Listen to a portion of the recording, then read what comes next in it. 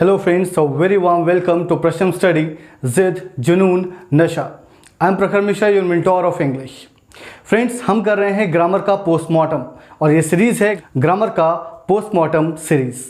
Grammar का postmortem series का first part हम लोग ऑलरेडी कंप्लीट कर चुके हैं, जो था नाउन्स का पार्ट 1। नाउन्स के पार्ट 1 में हम लोगों ने नाउन्स के बारे में और उसकी कैटेगरीज के बारे में सीखा था और आज हम उसके आगे सीखने जा रहे हैं और आज हम डिस्कस करने जा रहे हैं केस पॉजेसिव नाउन्स का। फ्रेंड्स, पॉजेसिव नाउन्स का केस क्या होता है इसको बहुत अच्छे से समझेंगे और समझेंगे कि पॉजेसिव का मतलब क्या है। सबसे पहले चलते हैं पॉजेसिव का मतलब क्या है। फ्रेंड्स, अगर किसी भी वर्ड में लास्ट में IVE आता है तो इसका मतलब हमेशा ये एक एडजेक्टिव फॉर्मेट होता है। दैट मीन्स ये एक ऐसी फिगर ऑफ स्पीच है जिसको हम एडजेक्टिव में रखते हैं। फॉर एग्जाम्पल, जैसे अगर आपने बोला अट्रैक्टिव, इंप्रेसिव, राइट, यहां पे भी IVE और यहां पे भी IVE आ रहा है। अब अगर दोनों में IVE आ रहा है तो हम दोनों ने बोला कि ये भी एक एडजेक्टिव फॉर्म है और ये भी एक एडजेक्टिव फॉर्म है। अब इसको अगर नाउन में आप कन्वर्ट करना चाहते हो तो IVE को हटा के क्या लगा दें, ION, राइट, IVE को हटा के क्या लगा दें, ION, तो ये बन जाएगा आपका नाउन, दैट इज अट्रैक्शन। और अगर बात करें इंप्रेसिव की तो ये बन जाएगा इंप्रेशन। तो अब अट्रैक्शन और इंप्रेशन ये भी एक नाउन है और ये भी एक नाउन है। तो आई होप ये चीज क्लियर होगी। अगर किसी भी वर्ड में लास्ट में IVE आता है तो ये एक एडजेक्टिव फॉर्म होता है उस वर्ड का, और अगर हम IVE को हटा के ION लगा दे तो ये बन जाता है नाउन फॉर्म। सेम कंडीशन यहां पे भी है, राइट। पॉजेसिव, लास्ट में IVE आ रहा है, इसको हटा के क्या लगा दे, ION, तो ये जो वर्ड हमारा बनेगा ये बनेगा क्या, पोजेशन। अब पोजेशन का मतलब क्या होता है ये जानने के लिए सिंपल सी एक बात करते हैं। अब सपोज करिए फ्रेंड्स कि अगर मैं आपसे कहूं कि कोई बिल्डिंग बन रही है और आपने टोकन अमाउंट दे दिया, उसमें एक फ्लैट आपने बुक करवा दिया। आपके बिल्डर ने आपको बोला कि भाई आपने टोकन अमाउंट तो दे दिया है, एडवांस पैसा थोड़ा सा तो दे दिया है, लेकिन जो पोजेशन है वो 2020 चल रहा है, 2022 में मिलेगा, मतलब 2 साल बाद आपको पोजेशन मिलेगा उस फ्लैट पर। तो पोजेशन का मतलब क्या हुआ, उस फ्लैट पर अधिकार। आपने एडवांस मनी तो दे दिया है लेकिन अब आप उसको, फ्लैट को आपका रिजर्व हो गया है, लेकिन आप उसको बेच नहीं सकते क्योंकि आपको अभी वो अधिकृत नहीं हुआ। तो सिंपल सी बात यह है कि पोजेशन का मतलब होता है अधिकार, दैट मीन्स बिलोंगिंग। कोई भी चीज किसको बिलोंग कर रही है ये बात बताता है कौन, पोजेशन। और अगर कोई नाउन ऐसा है जो किसी अधिकार को दिखाएगा तो हम उसको बोल देते हैं पॉजेसिव नाउन। फॉर एग्जाम्पल, अगर हमारे पास में कोई एक बंदा है, फॉर एग्जाम्पल उसका नाम है सैम, और एक है कॉमन नाउन वो है कार। अब इस सैम में और इस कार में कोई रिलेशन नहीं है, ये एक प्रॉपर नाउन है, ये एक कॉमन नाउन है, इन दोनों में कोई रिलेशन एस्टैब्लिश्ड नहीं है, सैम कार का कोई मतलब नहीं निकलेगा। बट अगर मैं सैम को एक पॉजेसिव केस बना दूं, कैसे, और बोल दूं सैम्स कार, ये बहुत ही छोटा सा रूल है, राइट। अभी हम बहुत अच्छे अच्छे रूल्स डिस्कस करेंगे और आज एपोस्ट्रोफी के केस की, दैट मीन्स पोजेशन में एपोस्ट्रोफी के केस की पूरी चीरफाड़ करेंगे, बहुत अच्छे से समझेंगे और कोई भी ऐसा पॉइंट नहीं होगा जो आपकी नजरों से बच जाए। तो अब मैंने बोला सैम्स कार, अब जैसे ही एपोस्ट्रोफी S लगा तो अब हम बोल रहे हैं सैम्स कार, मतलब अब इसका मतलब क्या निकल रहा है, सैम की कार। सैम की कार मतलब सैम का अधिकार है किस पर, कार पे, मतलब सैम पॉजेसिव है किसी चीज के लिए। और अगर ये किसी चीज के लिए पॉजेसिव है तो हमने बोला यहां पे अब सैम क्या है, पॉजेसिव नाउन। ये बन गया आपका पॉजेसिव नाउन। तो पॉजेसिव नाउन फ्रेंड्स ऐसे नाउन्स होते हैं जिनको हम बोलते हैं किसी ना किसी चीज पर उनका अधिकार है, मतलब वो किसी ना किसी चीज पे अपना पोजेशन दिखा रहे हैं। तो वो हो गए कौन से, पॉजेसिव नाउन्स। फॉर एग्जाम्पल, अगर मैं आपको बोलता हूं आपके पास में एक बंदा है जिसका नाम है राम, राइट, और एक घर है हाउस, राइट, कि कोई भी कॉमन नाउन हो सकता है। अब राम और हाउस दोनों में कोई रिलेशन नहीं, लेकिन अगर आप बोलना चाहते हो कि राम का घर, तो आप सभी के पास आंसर है, क्या करना पड़ेगा, एपोस्ट्रोफी S दे दें और बोल दें राम्स हाउस। अब हम बोलेंगे कि राम का अधिकार है इस घर पे। अभी तक राम का अधिकार नहीं था, कब तक, जब तक एपोस्ट्रोफी नहीं दिया था। आई होप ये पॉइंट आप लोगों को क्लियर हो गया है कि जब हम एपोस्ट्रोफी एस ऐड करते हैं कहीं पे भी तो वो आपका बनता है क्या, पजेसिव नाउन का केस। लेकिन हर बार ऐसा नहीं होता। पजेसिव केस अलग अलग तरीके से डिस्ट्रीब्यूट होते हैं, अलग अलग कैटेगरीज हैं, अलग अलग रूल्स हैं। सारे रूल्स आज हम समझेंगे कि कहां पे एपोस्ट्रोफी जाएगा, कहां पे एपोस्ट्रोफी एस जाएगा, कहां पे आपको दोनों बार एपोस्ट्रोफी देना पड़ेगा, सारी चीजें। चलिए स्टार्ट करते हैं। सो फ्रेंड्स, पहला रूल बहुत ही सिंपल है। अगर कभी भी आपको पोजेशन दिखाना है, that means to show possession, अधिकार दिखाने के लिए सबसे पहला काम क्या करना है, एपोस्ट्रोफी एस ऐड कर देना है। पर ध्यान रखिए, एपोस्ट्रोफी एस ऐड होगा विद लिविंग थिंग्स। केवल लिविंग थिंग्स के साथ में ही एपोस्ट्रोफी एस का आप यूज कर सकते हो, अदरवाइज आप एपोस्ट्रोफी एस का यूज नहीं कर पाओगे। उसकी जगह पे क्या यूज होगा वो हम डिस्कस करेंगे आगे। पहला है अंजलि बंगलो। इस अंजलि में और बंगलो में कोई रिलेशन नहीं है। अगर आपको बोलना है अंजलि का बंगलो तो बोलना पड़ेगा Anjali's bungalow, apostrophe S add कर दिया। अब इस आशु में और इस कार में कोई भी रिलेशन नहीं है, लेकिन अगर आपको बोलना है आशु की कार तो आपको बोलना है एपोस्ट्रोफी एस और बोलना पड़ेगा आशुस कार। ऐसे ही अगर आपने बोला मदर की एडवाइस, किसी बच्चे को मम्मी ने कुछ बात बताई कि भाई रात में देर से घर मत आना, ये मत करना, वो मत करना, दोस्तों के साथ ज़्यादा मत घूमना, पढ़ाई पे ध्यान देना, राइट। अब मदर ने advice the, that means mother की एडवाइस। अगर मदर की एडवाइस है तो बोलना पड़ेगा एपोस्ट्रोफी एस, बोल दिया मदर्स एडवाइस। तो हमने क्या किया, सिर्फ apostrophe s, apostrophe s, apostrophe s दे दिया और इनका बना दिया पॉजिटिव केस। सारी चीज़ों को बहुत ध्यान से समझिएगा क्योंकि सेशन के एंड में मैं आपको होमवर्क भी देता हूं और आज भी आपको होमवर्क मिलेगा, राइट। आई होप ये चीज आपको अच्छे से समझ आ गई होगी। अब चलते हैं अपने सेकंड रूल की तरफ। अगला केस क्या है समझते हैं। चलिए फ्रेंड्स, चलते हैं रूल नंबर 2 पे। रूल नंबर 2 क्या बोलता है, अब पोजेशन दिखाने के लिए हमें यूज करना है सिर्फ एपोस्ट्रोफी का। एपोस्ट्रोफी एस अब यूज नहीं होगा, यहां पे यूज होगा सिर्फ एपोस्ट्रोफी। कब यूज होगा एपोस्ट्रोफी, जब आपके पास में होगा एक ऐसा वर्ड जो एंड होगा किस पर, हिसिंग साउंड पे। एक ऐसा वर्ड जो एंड होगा किस पे, हिजिंग साउंड पे, तब हम यूज करेंगे किसको, सिर्फ एपोस्ट्रोफी को। फ्रेंड्स, ये हिजिंग साउंड कहां से आया और हिजिंग साउंड कैसे है। आपने अगर कभी भी स्नेक को देखा होगा तो कई बार स्नेक हिस करता है, राइट। वो क्या करता है, हिस करता है, और जैसे वो हिस करता है वहां पे सा का साउंड आता है लास्ट में, सा, हिस में। और जैसे ही सा का साउंड वहां पे आता है हम उसको बोल देते हैं हिजिंग साउंड। अब सा का साउंड कैसे आएगा, ऑब्वियस सी बात है, कहीं पे भी किसी भी वर्ड में लास्ट में एस आएगा। जैसे ही किसी भी वर्ड में लास्ट में एस आएगा तो वहां पे अब आपको एपोस्ट्रोफी एस देने की जरूरत नहीं है, अब आपको देना है सिर्फ एपोस्ट्रोफी। जैसे जब तक वो घर किसी ऐसे पर्सन का था जिसके नाम में एस नहीं था।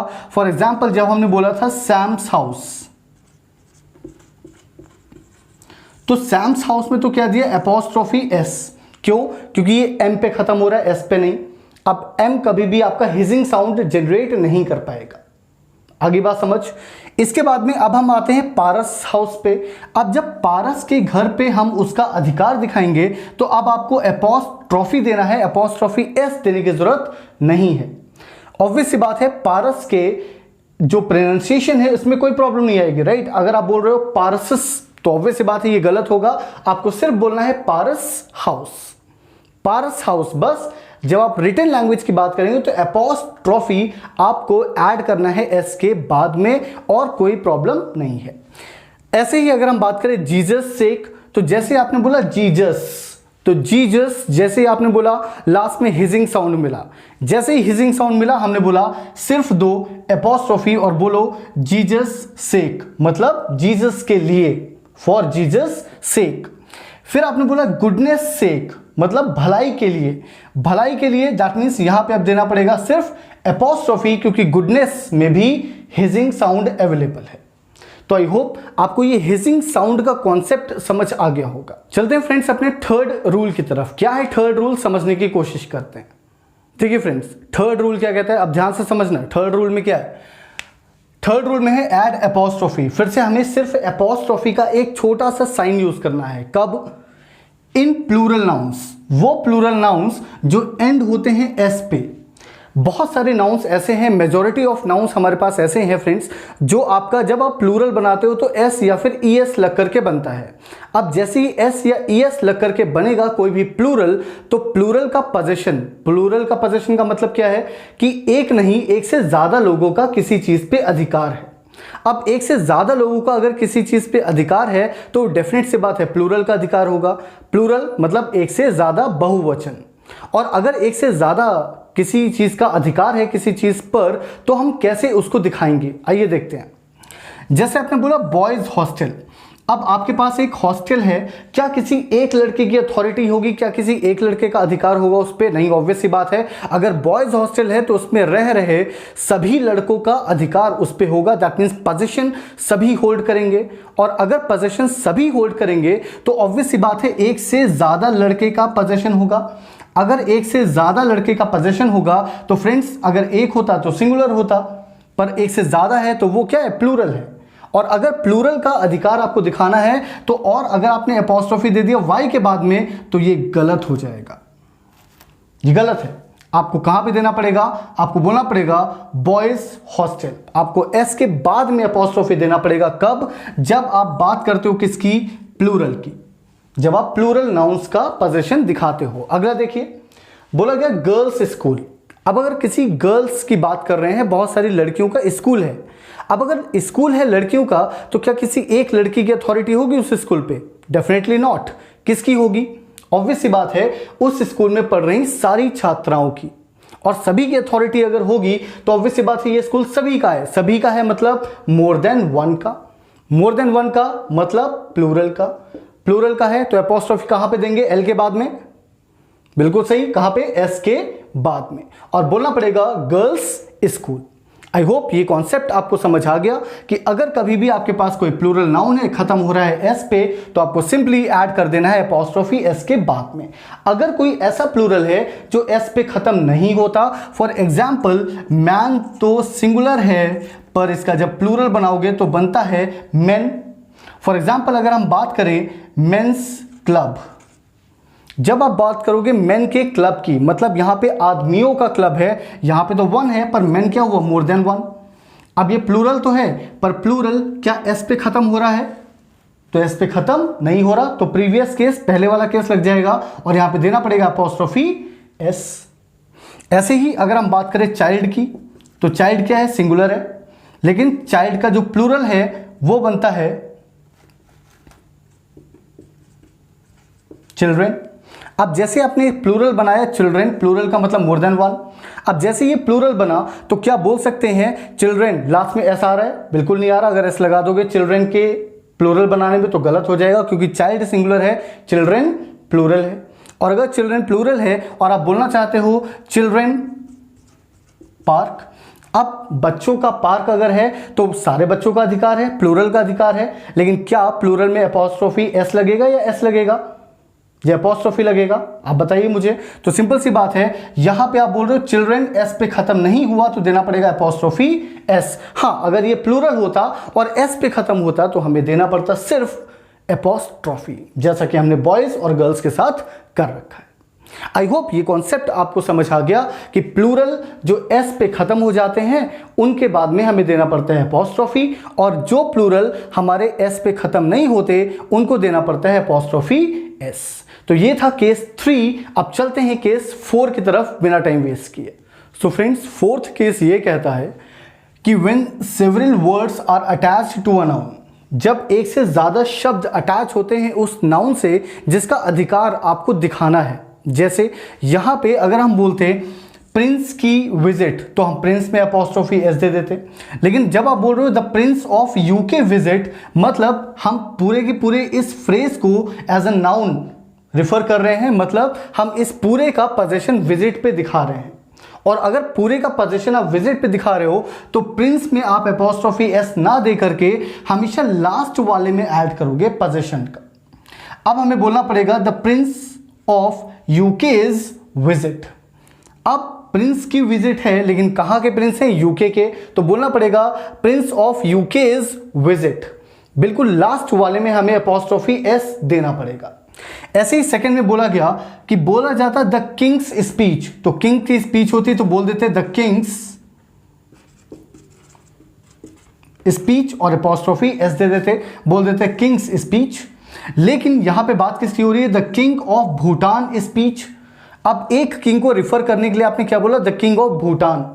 अब भूटान के किंग की स्पीच तो बोला the king of Bhutan speech, apostrophe S जाएगा भूटान के साथ में। दैट मीन्स जब एक नाउन को दिखाने के लिए एक से ज्यादा शब्द इस्तेमाल होते हैं तो हमेशा लास्ट वाले में अपॉस्ट्रोफी एस का यूज किया जाता है, पहले वाले में आप कभी भी यूज नहीं करोगे। आई होप फोर्थ केस भी आपको भली भांति समझ आया होगा, कोई भी इसमें डाउट नहीं रह गया होगा। चलते हैं फिफ्थ केस की तरफ। थोड़ा सा अच्छा सा केस है, समझने का प्रयास करिएगा, बहुत अच्छे से समझ आ जाएगा।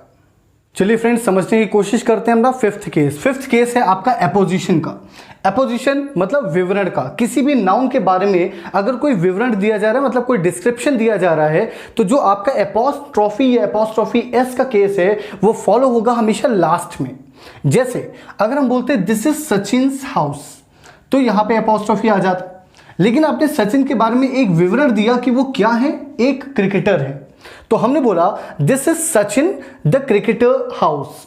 अब क्रिकेटर को हमने क्रिकेटर ना रख के यहां पे दे दिया क्या? एपोस्ट्रोफी एस, मतलब ये घर तो सचिन का ही है, लेकिन सचिन के बारे में एक एपोजिशन अवेलेबल था। तो जब एपोजिशन अवेलेबल होता है तो हमेशा आपको अपॉस्ट्रोफी एस देना पड़ता है उस विवरण के साथ में। सेकेंड एग्जाम्पल को देखिए, बहुत अच्छे से समझ आ जाएगा। That is Rajat Sharma.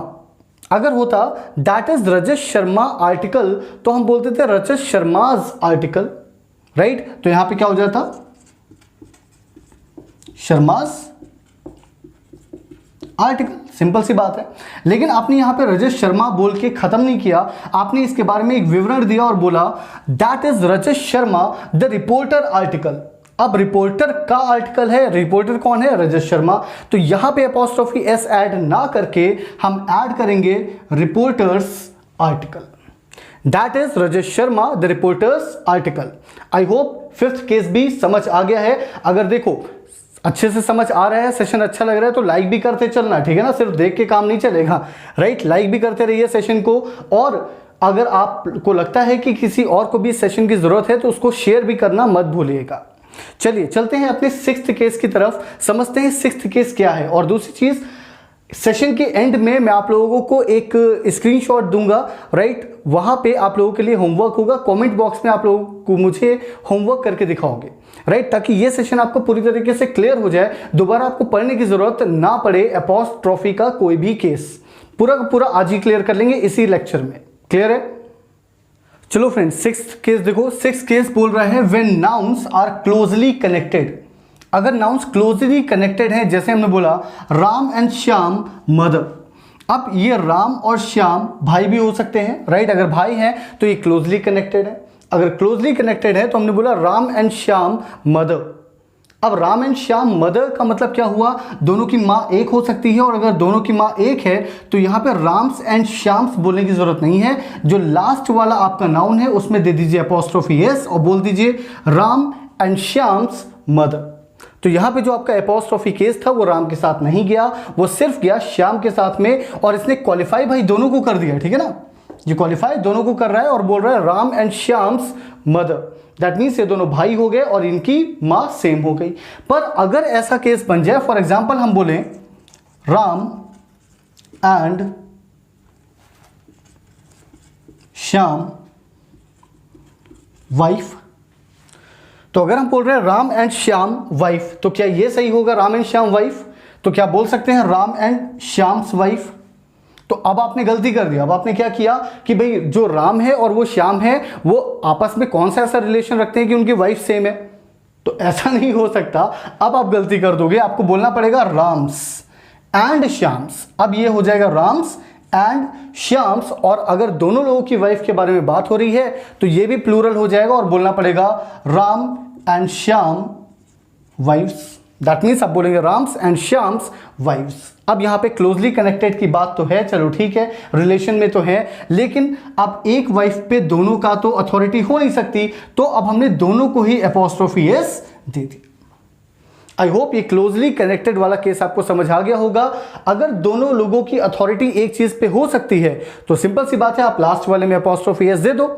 लेकिन अगर आपको लग रहा है कि जिस पे अथॉरिटी दिखाई जा रही है उन दोनों की कनेक्टिवली अथॉरिटी नहीं हो सकती, अधिकार नहीं हो सकता कनेक्टिवली, तो अब आपको इसको अलग अपॉस्ट्रोफी देना पड़ेगा और इसको अपॉस्ट्रोफी एस का केस अलग से देना पड़ेगा। आई होप ये केस भी आपको समझ आ गया। अब इससे कोई भी रिलेटेड क्वेश्चन मैं आगे जो पूछूंगा वो आप आराम से आंसरेबल होंगे। चलिए चलते हैं नेक्स्ट केस की तरफ। नेक्स्ट केस क्या है समझने की कोशिश करिए, थोड़ा सा डिफरेंट है पर अच्छे से समझ आएगा, जैसे कि अभी तक सारे केसेस आ रहे हैं आप लोगों को। देखो फ्रेंड्स, अब यहां पे हम बात करने जा रहे हैं इंडेफिनिट प्रोनाउंस के बारे में। इंडेफिनिट प्रोनाउंस, घबराने की बात नहीं। इंडेफिनिट प्रोनाउंस जब मैं प्रोनाउंस पढ़ाऊंगा तो बहुत अच्छे से आप लोगों को क्लियर करूंगा, एक एक पॉइंट। 3 रूल्स बनते हैं, तीनों बहुत अच्छे से समझाऊंगा।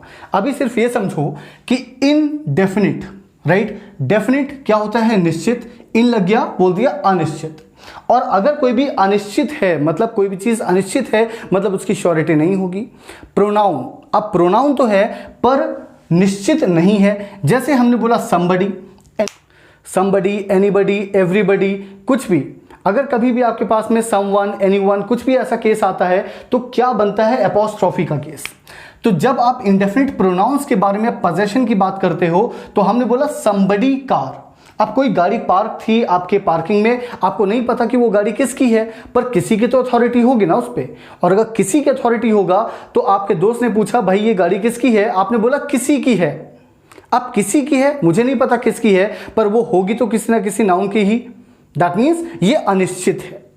ये अनिश्चित है कि वो किसकी है, पर ये किसी ना किसी नाउन की तो होगी ही, किसी ना किसी नाउन की होगी। मैंने बोला भाई समबडी कार, दैट मीन्स किसी की कार है, किसी की है तो बोलेंगे समबडीज कार। अपॉस्ट्रोफी एस दे दिया किसमें, समबडी में, और बोल दिया समबडीज कार, किसी की है, हमें श्योरिटी नहीं है। और ये किसका बन गया, अनिश्चित का केस, मतलब इंडेफिनिट का केस। अब बोला समबडी एल्स कार, आपके दोस्त ने किसी को बताया कि क्या उसकी कार है, आपने बोला नहीं नहीं उसकी नहीं है, ये किसी और की कार है, मतलब अब किसी और की कार बनी somebody else car. Somebody else, किसी और की।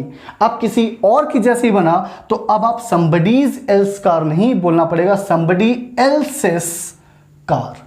अब बोलना पड़ेगा somebody else's car. Apostrophe S तो जाएगा पर अब किसके साथ जाएगा, एल्स के साथ। तो ये केस एग्जाम के पॉइंट ऑफ व्यू से इंपॉर्टेंट है। अगर आपको एक क्वेश्चन मिलेगा ना पॉजिटिव का तो यही केस मिलने वाला है। क्लैरिकल लेवल की अगर बात करें, अगर एसएससी में बात करें तो ये क्वेश्चन बहुत बार पूछा गया है, एल्स का केस।